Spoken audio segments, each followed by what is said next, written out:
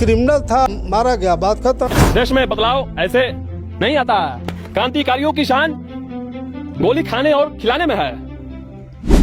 ये कहावत तो आपने सुनी होगी, चोरी तो चोरी ऊपर से सीना चोरी।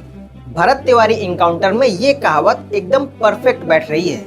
देखो, सभी को पता है कि भरत की पिस्तौल फेंकने के बाद पुलिस ने भरत का फर्जी इनकाउंटर किया, और अब जब भरत का परिवार और पूरा देश भरत के लिए इंसाफ मांग रहा है, तो कुछ पुलिस वालों का कहना है कि ये सब बंद कर दो, वरना तुम्हारे साथ भी वही होगा जो भरत के साथ हुआ।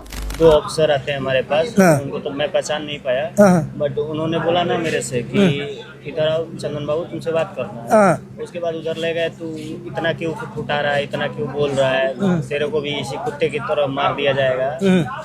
अब ऐसे पुलिस वालों को मैं यही कहना चाहूंगा कि अगर तुम में हिम्मत है तो ये बात पूरे गांव के सामने बोलो। सबके सब चोर हैं साले।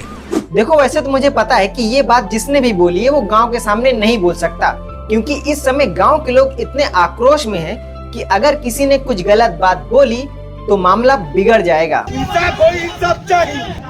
अगर एक हफ्ते के अंदर इंसाफ ना मिला तो इंसाफ हम दिखाएंगे। ओपनली आपसे नौकरी छोड़ देनी है।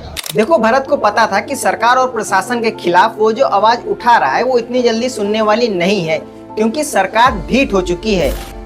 जो कोई भी उसके खिलाफ आवाज उठाता है या तो वो उसे देशद्रोही बता देती है या फिर पागल, और भरत के साथ ऐसा हो चुका है। देशद्रोही भी तुम सब कुछ साबित करो। ये केवल पागल साबित करने से क्या होता है? देखो, बुरा मुझे इस बात का लग रहा है कि जब तक भरत जिंदा था किसी ने भी उसकी बात नहीं सुनी, ना किसी नेता ने, ना अभिनेता ने, और ना ही प्रशासन ने। और अब जब भरत इस दुनिया में नहीं है तो हजारों की संख्या में लोग उसके घर जा रहे हैं। अब इसमें कुछ लोग मदद करने के लिए जा रहे हैं और कुछ सिर्फ अपने वीडियो की रीच बढ़ाने।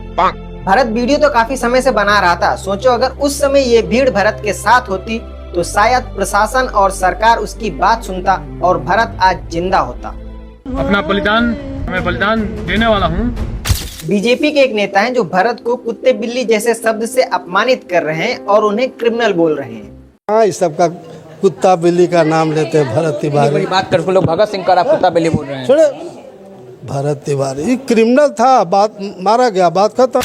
अब जरा कोई नेताजी से पूछे कि उन्होंने अपने जीवन में समाज के लिए कौन कौन से बड़े काम किए हैं सिवाय जनता के पैसों में ऐश करने के। सबसे हरामी है साला, सबसे हरामी है। और जिसे वो क्रिमिनल बोल रहे हैं, उस इंसान ने गांव की समस्या को सरकार के सामने रखा है।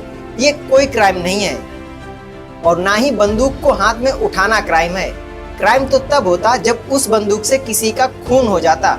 और भरत ने तो पहले ही कहा है कि वो किसी को नहीं मार सकता, क्योंकि सारे देशवासी उसके अपने हैं।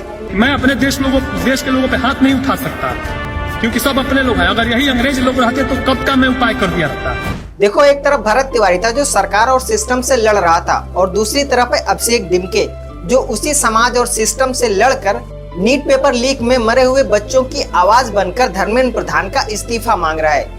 तो अगर हमें बदलाव चाहिए तो हर उस इंसान का सपोर्ट करो जो सरकार और सिस्टम से लड़ रहा है, ताकि जो भरत तिवारी के साथ हुआ है किसी और के साथ में ना हो। क्योंकि अगर ऐसा दोबारा हुआ तो कोई भी सरकार और सिस्टम के खिलाफ आवाज नहीं उठाएगा। और वैसे भी अभिषेक दिमके पर एक बार हमला हो चुका है। एट लास्ट मैं यही बोलना चाहूंगा कि भरत भाई को इंसाफ मिले और जो मांगे वो गांव के लिए कर रहे थे वो पूरी हो। और थैंक्स बोलना चाहूंगा मैं लकी बिस्ट भाई को, जो इस समय भरत भाई के परिवार के साथ खड़े हैं और उनके समर्थन में वीडियो बनाकर उनकी आवाज को बुलंद कर रहे हैं। और एक बात और मैं बोलना चाहूंगा सरकार और प्रशासन को कि अगर 2026 जैसे विकसित भारत में कोई गांव बाढ़ की चपेट में आ रहा है और उसमें सुधार नहीं हो रहा, तो ये हमारे लिए बहुत ही शर्मनाक बात है। ऐसे तो हम विकसित भारत की लिस्ट से बाहर हो जाएंगे।